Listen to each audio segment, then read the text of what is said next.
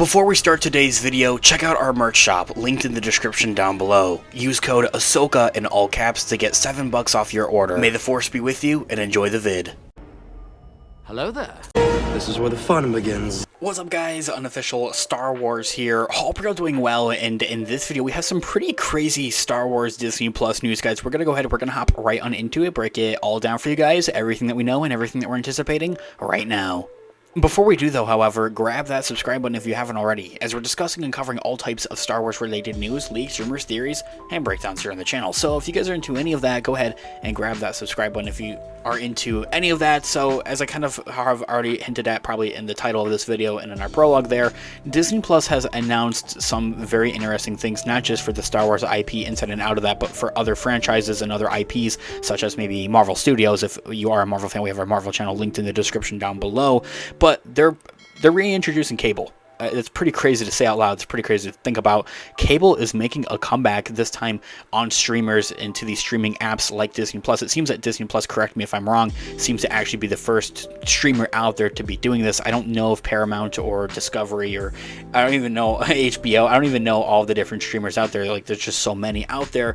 Hulu doesn't count because Hulu is already owned by Disney. I know that they do like live cable television kind of stuff on there as well, but it seems like in particularly and specifically for Disney Plus is where they'd be bringing back streaming IPs, and so like to an actual cable basis. So let's talk about that. Launching soon is a special brand new MCU and Star Wars focused channel on Disney Plus, live streaming broadcasting 24/7 channel essentially. So Disney Plus has more than earned a seat at the streaming service table since kicking off in late of 2019, boasting the entire Disney and Star Wars catalog in nearly all of Marvel's historic entries. The House of Mouse's all-compassing streaming strategy has largely paid off, especially on the long run, and is only going to continue to do so.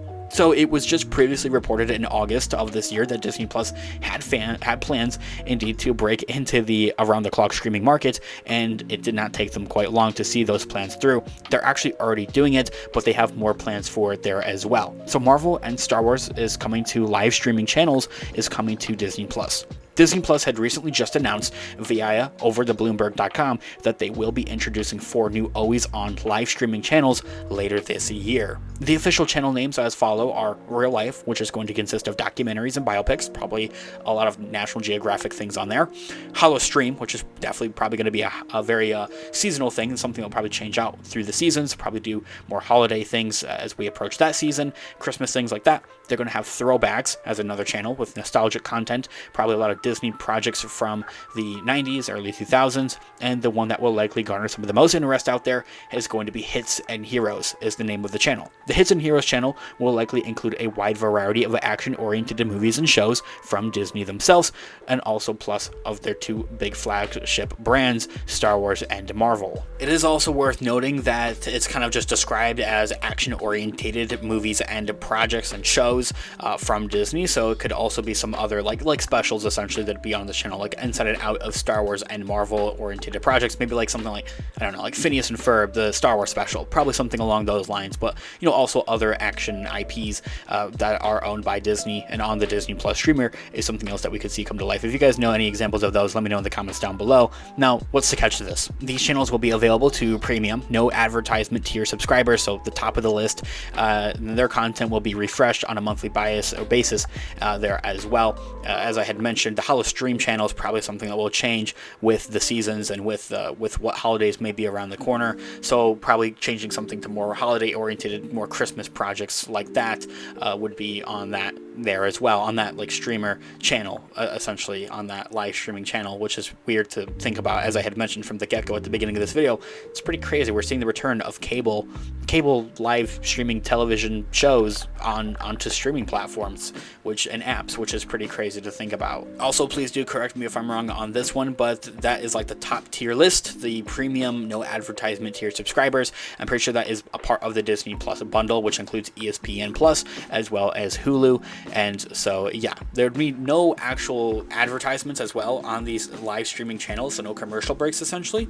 But I definitely think it's something that they would introduce. Like, this is some testing the waters and something that they would probably introduce in the future for lower tier subscribers to Disney Plus, ones that would simply include ads ads. It hasn't been officially announced exactly which project will be shown on Hits and Heroes, or even for any of their other live streaming shows and series or a part of these channels, but it's probably safe to say and assume that many popular MCU projects and Star Wars hits, like The Mandalorian, will be a part of this lineup. It's also worth noting that these are projects that aren't just have been specifically released to Disney Plus or are under the Disney era of things. They'd probably play things that are from, like, you know, Lucasfilm, like from those days, like the prequels and the original trilogy as well, and the Clone Wars and things of that nature, you know, lined up for this there as well. And that also goes for the Marvel IP as well. Early in September, as well, as I had already mentioned, they've already began this rollout. Early in September, Disney Plus has first dipped their toes into this 24/7 live streaming pond by launching two 24/7 channels, one focused on ABC News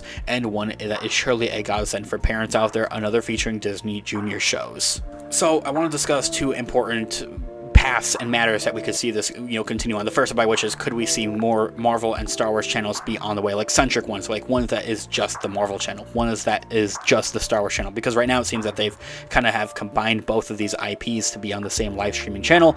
I honestly prefer that. I think it's a nice mixture of just like those action, you know, oriented shows and projects and movies as well. And then for another is that, will this be impacting the release strategy and the way that we see Disney Plus projects now release? So for example, Agatha All Along for Marvel is on the way. Actually, it's releasing this week. So instead of releasing those as, like, let's call it a flat release, releasing just like right there on a Tuesday at 9 p.m. Eastern Standard Time, could it instead be released onto these live streaming channels, essentially instead as a live cable television show, like as these live cable television shows used to do back when cable was a much more of a thing? So let's discuss the first one. If Disney Plus's Hits and Heroes channel shows a crop of Star Wars and Marvel stories mixed together, then what about dedicated individual channels for both of these properties? Currently, Disney hasn't given any word on future live channels for right now, but it stands to reason that if Hits and Heroes is successful enough, then Disney Plus may divvy up the franchises and play material from both the House of Ideas for Marvel Studios and A Galaxy Far, Far Away for Star Wars in their own separate silos. Both universes certainly have enough material to make up